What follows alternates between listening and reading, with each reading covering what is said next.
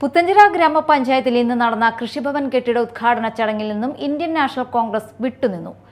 തുടർച്ചയായി 2 വർഷവും പുത്തഞ്ചിറ കരിങ്ങാച്ചിറ മുതൽ പകരപ്പള്ളി വരെ 150 ഏക്കറോളം വരുന്ന പാടശേഖരങ്ങളിൽ ഉപ്പുവെള്ളം കയറി നെൽകൃഷി പൂർണ്ണമായി നശിക്കുകയും ജാതി, കുരുമുളക് എന്നിവ ഉണങ്ങിപ്പോവുകയും ചെയ്തു. ഇപ്പോൾ സമീപ പ്രദേശങ്ങളിലെ കുടിവെള്ള കിണറുകളിൽ ഉപ്പുവെള്ളം കയറിയിരിക്കുകയാണെന്നും പുത്തഞ്ചിറ മണ്ഡലം Congress committee president VA Nadir പറഞ്ഞു.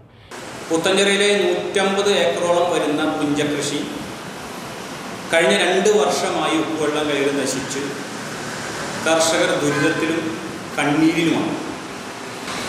2 വർഷം മുമ്പ് ജില്ലാ പഞ്ചായത്ത് വലിയ തുക ചെലവഴിച്ചുകൊണ്ട്, ലക്ഷക്കണക്കിന് രൂപ ചെലവഴിച്ചുകൊണ്ട് കരിങ്ങച്ചിറ മുതൽ വൈക്കുലച്ചിറ വരെയുള്ള ചാല് ഡീപ്പൺ ചെയ്യുന്നതിന് വേണ്ടി വലിയ പദ്ധതി വെച്ചു.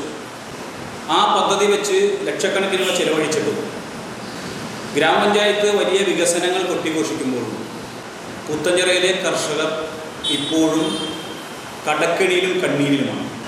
അതുമാത്രമല്ല, ആ പ്രദേശത്തുള്ള ജാതി, വാഴ, നിങ്ങൾ ആ മറ്റേ കുന്നത്തേരി, ചേരിക്കര, മാലേക്കാട് മേഖലകളിലേക്കൊന്ന് പോയാൽ അവിടെ ജാതി ഉണങ്ങി നിൽക്കുന്ന ഭയാനകരമായ കാഴ്ചകളാണ്. തീയിട്ട് നിൽക്കുന്ന പോലെ നിൽക്കുന്നു.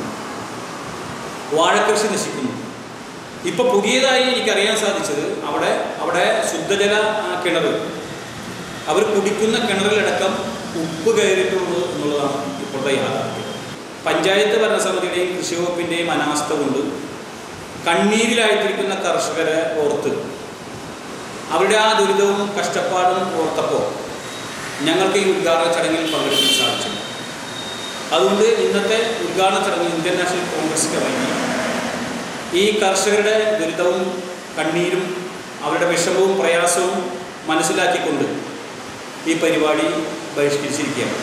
ജില്ലാ പഞ്ചായത്തിന്റെ നേതൃത്വത്തിൽ 2 വർഷം മുൻപ് ലക്ഷങ്ങളാണ് തോട് നവീകരണത്തിന്റെ പേരിൽ ചെലവഴിച്ചത്.